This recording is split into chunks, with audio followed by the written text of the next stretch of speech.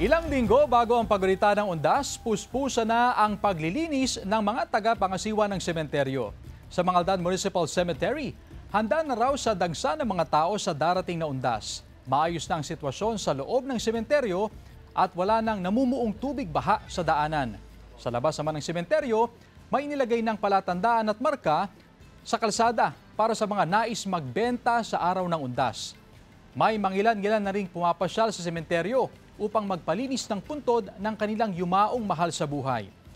Siniguro rin ng pamunuan ng Mangaldan Public Cemetery na gumagana ang mga solar lights sa loob at labas ng sementeryo para maliwanag pagsapit ng gabi.